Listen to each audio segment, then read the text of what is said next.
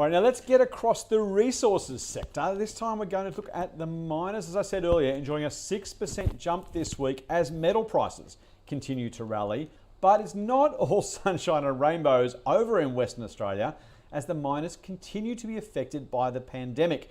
Story of this year, isn't it? So many different impacts, so many different times. For his thoughts, we're now joined by Davide Bosio from Shaw and Partners. G'day, David. Hey Scott, how are you? Mate, I'm exceptionally well. There is so much happening in the resources space right now. It's hard to even know where to start. We've got, as I said, metals rallying, which has been fantastic. On the flip side, some of the miners, some of the specific issues that even aren't commodity related are impacting the market. Let's start with the commodities themselves though, mate. Iron ore has been in the news, a heck of a roller coaster over the last 12 months. What are you seeing recently in the iron ore space?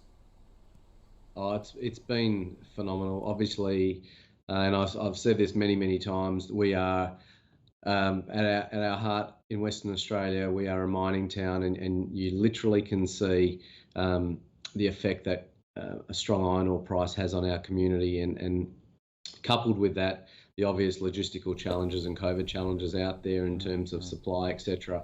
There is a lot of money being made at the moment. Mining services, engineering, etc. has been very strong. But we've had a number of changes to our view in terms of really where this long-term iron ore price is headed. But right now we're seeing so much strength there that it's hard not to be envious of the BHPs and Rios and Fortescues of the world when they are selling their product at such significant prices. So it does feed through not only our local economy but also our national economy, and it's significant. So in my view, long may it continue. And I'm sure everybody in WA is saying exactly the same thing. I think you're absolutely right. Let's talk about some of that unfortunate. Obviously, the WA border came down later than the rest of the country. We've seen COVID cases pick up there. It seems to have impacted operationally at least. I'm inclined to think this is probably just a short-term issue when it comes to maybe some sort of volume production. Obviously, that has downstream impacts on terms of shipments. But how significant has that been, or is that continuing to be for the big miners? I think we're and our analyst who is frequently on Ausbiz, Peter O'Connor. I don't want to steal any of his thunder, but he came out this morning saying he's calling it a week of COVID confessions, which are about to emerge, and which is a little bit frightening. But we've got quarterlies that are being, they'll slowly start coming out over the course of the next month. But we saw yesterday Westgold were one of the first companies to come out. So Westgold have a number of operating gold mines in Western Australia. Large market cap and large workforce.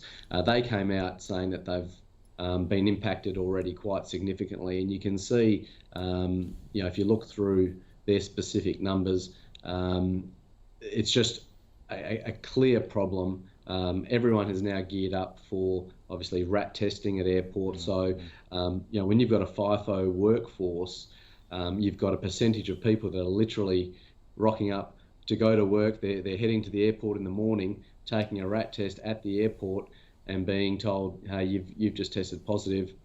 You need to head home." So there's a percentage of people that aren't even making it to site, and then you've got another percentage of people that are taking PCR and rat tests on site. Unfortunately, getting COVID positive results, and then having to spend 7 days locked up in a donga in the middle of the goldfields or the Pilbara, or wherever that may be, and spending 7 days there in isolation, which is leading to significant amount of lost man hours and obviously changes to efficiency. So Westgold came out saying that only this phenomena, I guess, and again many of our friends on the East Coast, you guys have seen it over the last 6 months, how it's affected businesses, in every sector, every industry have been affected by it, but in mining, it's really been the last, call it 3-4 weeks, that it's starting to ramp up. And we believe that we've still got, based on the government modelling, they believe that there's still 10 to 20 days before we hit our peak COVID numbers. So Westgold, again, being probably the first to move, and certainly I wouldn't have thought would be the last, have come out and said it's probably a 3 to 4% hit for the quarter in terms of the impact. So it's not insignificant. And then if you look at that being a gold operation, where gold is again quite different to say an iron ore operation in terms of personnel and some of the logistics challenges as well. I expect we're going to see some of the major iron ore companies coming out as well with.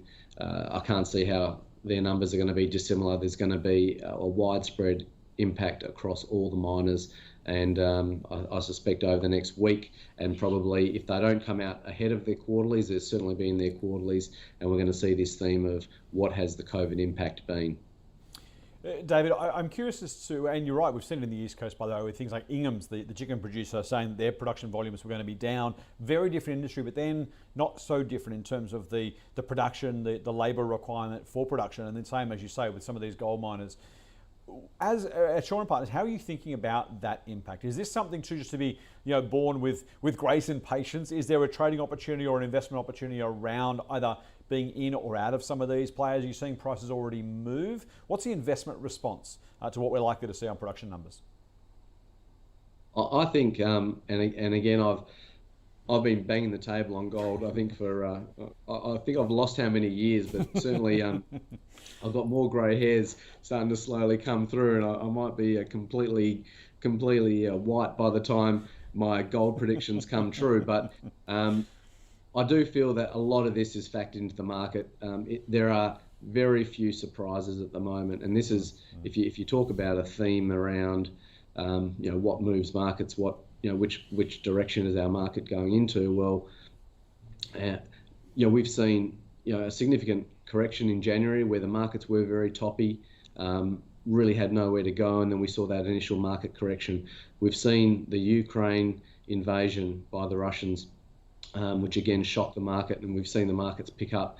When you talk about COVID, I don't know if there's any new news. What can we possibly say that people aren't aware of now? And I think it's, in my experience in capital markets and in equity markets, it's usually the shocks that come as a bit of a surprise that really scare people. So I do feel that most analysts would have some sort of COVID contingency in numbers.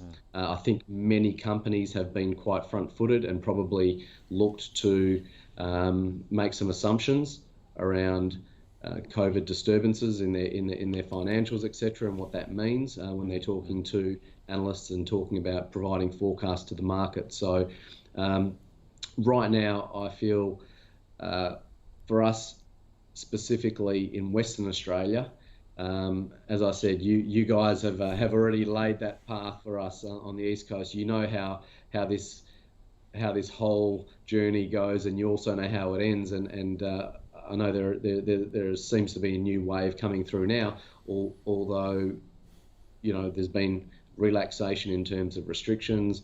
There are no masks. There seems to be the availability and the ease of travel as well is almost back to what it was pre-COVID on the East Coast for many people. So we still, I think, when you talk around us as a community, what the plan is, I think that's where really everyone is headed, and everyone's looking. So without any major shock, we'd like to think that whatever happens over the next, call it month, is really that initial shock, and then we'll start to see things really returning to some sort of normal.